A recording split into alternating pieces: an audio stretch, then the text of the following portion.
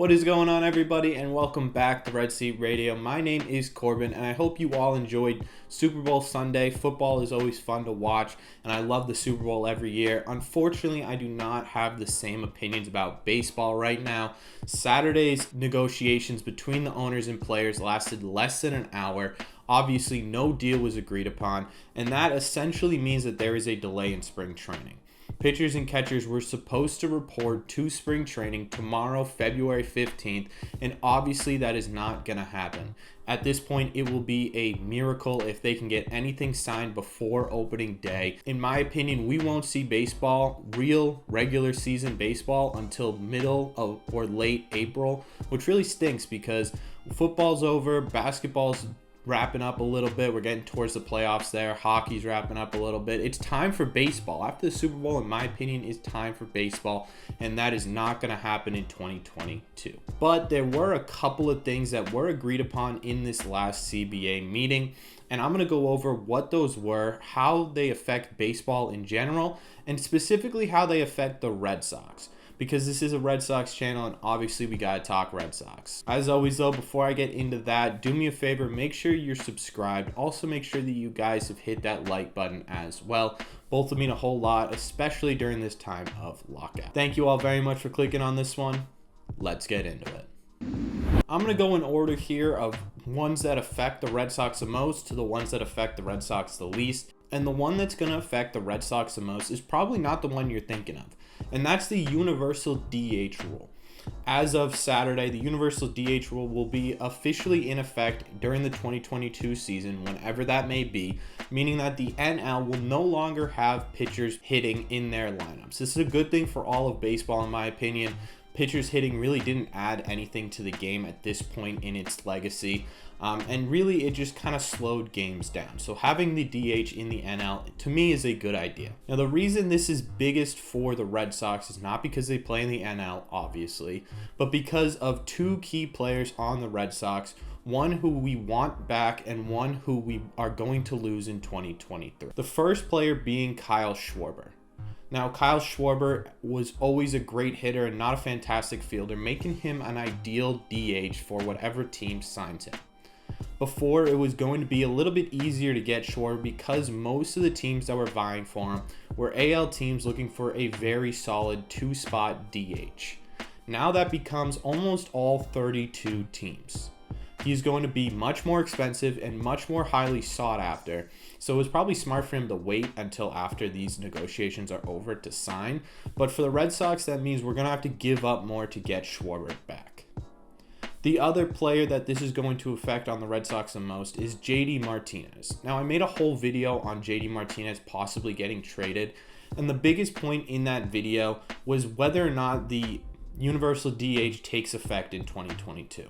Now that that is a reality, it is more than likely we will see JD Martinez in a trade package to another team. JD's trade value has never been higher, with all these teams scammering to find a very good DH hitter, someone who can lift an entire team by only batting. And JD Martinez is probably, if not the best DH hitter in all of baseball. He's on his last contract year with the Red Sox, and it could possibly mean that the Red Sox might trade him away to get as much value for him as they can, as opposed to losing him in free agency. Now, I don't want JD Martinez to go. I love JD Martinez, but the move makes sense money-wise, managing-wise, front-end office-wise, to get rid of JD Martinez and bring in a starting pitcher, a relief pitcher, maybe a bench guy too, some prospects. There's going to be a lot that is involved in a JD Martinez trade, and the Red Sox could get a lot of value out of him at this point, with the DH being a universal rule. The second rule I want to talk about today is the implementation of a draft lottery. Before this rule was implemented, the worst team in the MLB got the first pick in the MLB draft.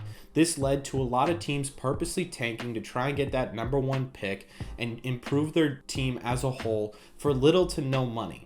It took away from the competitive nature of the game, and the implementation of the draft lottery helps eliminate that problem. Now, this is good for the Red Sox because we don't have to worry about draft picks if we do well. We get randomly assigned, and we could end up with a very high first-round draft pick while also doing very well in the regular and postseason. The only downside this has for the Red Sox is trading. Before, if you wanted to trade a player to, say, the Orioles or the Marlins, or a team that you knew wasn't going to do very well, you were guaranteed a high first-round draft pick in that trade. Say we were trading JD Martinez, like I mentioned before, and we wanted to trade him to the Orioles, but we wanted a couple of first-round draft picks. Before, we would know that those draft picks would be very high. Now we're not entirely sure. However, in my opinion, this is going to be a good thing for the Red Sox going forward because they don't have to worry about where their position is in the upcoming draft.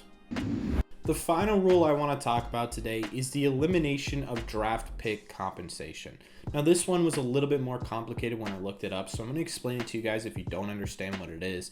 It's basically if a team has an all-star free agent, say, a good example of this would be the Pittsburgh Pirates and Bryan Reynolds. When Bryan Reynolds is done with arbitration and he is a free agent, the Pittsburgh Pirates before could offer him whatever the qualifying offer would be. And if Bryan Reynolds decided to go to, say, the Yankees for a much larger contract, the Yankees would then owe the Pittsburgh Pirates a couple of draft picks for Bryan Reynolds. It prevented teams from going out and getting big name players because they didn't want to give up those picks in the draft. That is no longer a thing, which is good and bad for the Red Sox. The Red Sox never really had to worry about paying their players. We've always historically been a team that isn't afraid to pay our players what they deserve. But going forward, it is going to make free agents a little bit more expensive because teams are not going to be afraid to spend big money to get these players. They no longer have to worry about whether or not they're going to lose draft picks over it, or whether or not those teams that they're buying them from get the draft picks and are in their league or in the contending all of a sudden. So it's going to make free agents a little bit more expensive. But all in all, I don't think it will affect the Red Sox a ton. This is mostly going to affect the lower market teams like the Pittsburgh Pirates, the Marlins, the Guardians, all those teams who usually keep their players through arbitration, give them the qualifying offer, and then take the draft picks and repeat the process. So all in all, I think all three of these were good additions to the MLB. Let me know in the comment section down below what you guys think of these additions. Do you think they're going to affect the Red Sox in ways that I didn't mention? Let me know all your thoughts on the current state of the MLB as well. There's a ton of stuff to talk about, and I love talking to you guys, so let me know everything down below. As always, if you've made it to the end of this video, do me a favor, make sure you guys have hit that subscribe button. Also, make sure you've hit that like button. Both would mean a whole lot to me, especially during this time of lockout. Thank you all very much for clicking on this video, and I will see you in the next one.